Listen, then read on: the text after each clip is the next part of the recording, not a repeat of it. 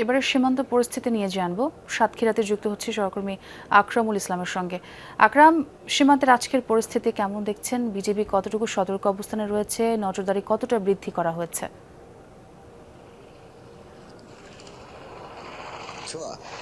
সাতক্ষীরার দুটি ব্যাটালিয়ন মূলত সীমান্ত এলাকা তদারকি করেন। সাতক্ষীরা 33 বিজিবি এবং সাতক্ষীরা 17 বিজিবি। এর মধ্যে 215 কিলোমিটার কিন্তু সীমান্ত এলাকা রয়েছে।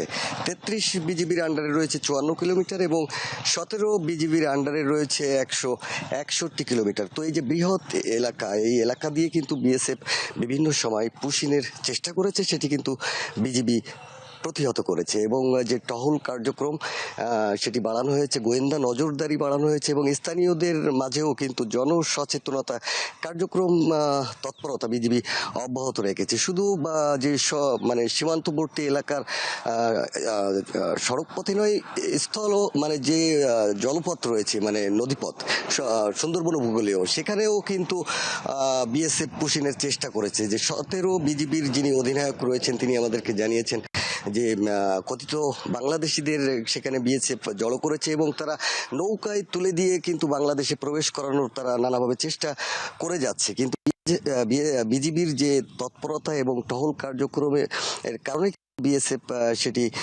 সফল করতে পারেনি এবং সাতক্ষীরার যিনি 33 বিজিবি অধিনায়ক রয়েছে তিনিও আমাদেরকে জানিয়েছেন যে যে তার আন্ডারে যে 54 কিলোমিটার সীমান্ত এলাকা রয়েছে সেখানেও কিন্তু টহল কার্যক্রম সহ সব ধরনের নজরদারি এবং সতর্ক অবস্থানে রয়েছে বিজিবি।